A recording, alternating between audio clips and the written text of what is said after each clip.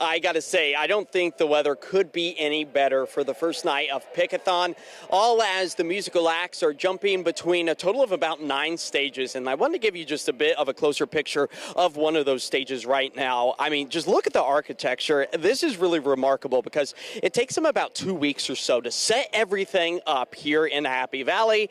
And then they perform for a total of about 4 days, coming to a conclusion Sunday night. And really, this is just a sight to be seen and to be heard because these musical acts are really great. And if we kind of give you the grand tour, if you look over here, we got a lot of hammocks set up as well.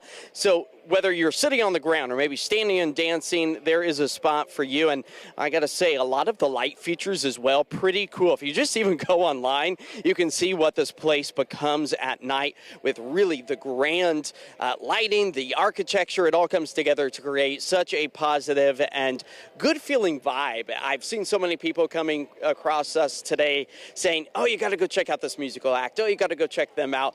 And all of that, of course, can be found at Pickathon.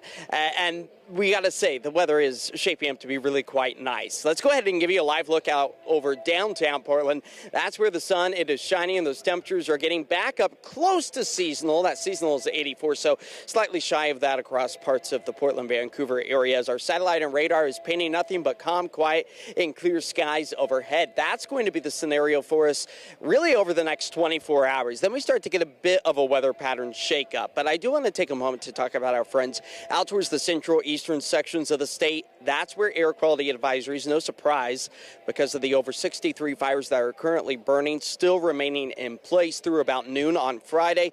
Expecting to see some improvements, hopefully, as we get this onshore flow, but definitely keeping those hazy conditions as fire weather watches go back into place pretty much for all of central eastern sections of Oregon and Washington because of strong, gusty, downsloping winds. They warm, they dry, and speed things up, especially when we are talking about that fire concern. And our fire weather danger dials relatively at the moderate level right now, but expected to fire back up again tomorrow afternoon and again on Saturday as those winds start to gust. But that nice onshore flow, it benefits us here in the west for the valley, for the coast, for the Cascades, as it helps to increase our cloud coverage.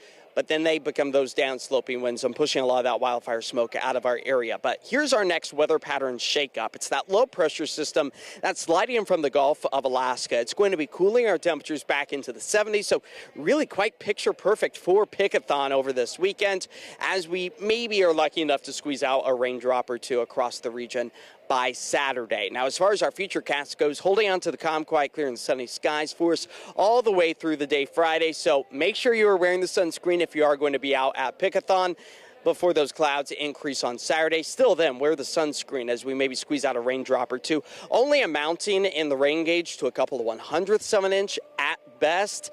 I think a lot of us are just going to maybe miss out on the moisture in its totality. 57 degrees, though, that's where we're expecting to fall tonight with mostly clear skies. So if you are out at Pickathon, maybe camping over the next few nights, really comfortable sleeping weather, as the rest of this evening is going to be bringing a bit of a cool down, especially as we start to work our way towards the sunset hour. 8:40s when the sun dips below the horizon. 7-day forecast bringing us to an end of the month of July tomorrow with summer-like temperatures. We start August off slightly cooler, cloudier, maybe a raindrop or two for some of us as we anticipate that summer heat to once again start to build here across the Pacific Northwest.